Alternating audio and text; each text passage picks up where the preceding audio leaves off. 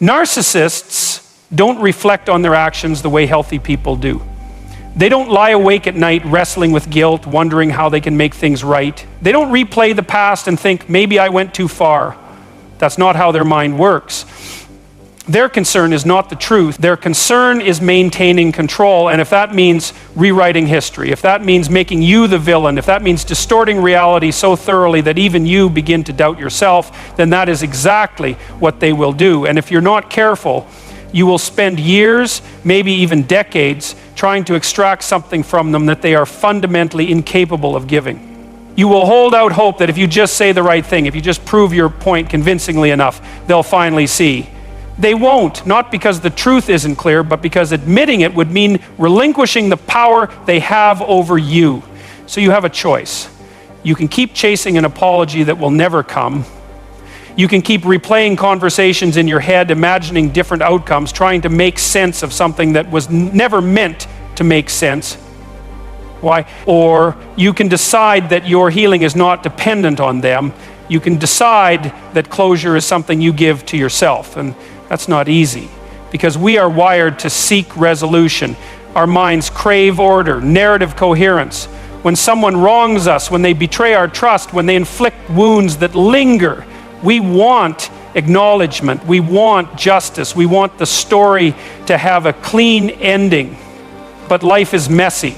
And when you're dealing with a narcissist, the ending you want, the resolution where they finally take accountability, is an illusion. So what do you do instead? You reclaim your own narrative. You stop waiting for them to set you free, and you set yourself free. That means accepting that some people will never understand what they did to you, and choosing to move forward anyway. That means letting go of the idea that their validation is necessary for your healing. It's not, it never was, and that's where true power lies. Because as long as you're waiting for them to acknowledge the truth, they still have control over you. As long as you're hoping for a moment of clarity from them, they still dictate your emotional state. But the moment you stop seeking their validation, the moment you decide that their opinion, their version of events, their refusal to acknowledge reality is irrelevant, that is the moment you win. That is the moment they lose their hold on you. And here is the paradox. The less you need closure from them, the more power you have over your own life. The moment you stop explaining, stop defending, stop waiting, you become untouchable. Because a narcissist's greatest weapon is their ability to manipulate your need for resolution. Take that away and they have nothing. Healing from a narcissist isn't about getting them to see what they've done. It's about seeing it clearly yourself.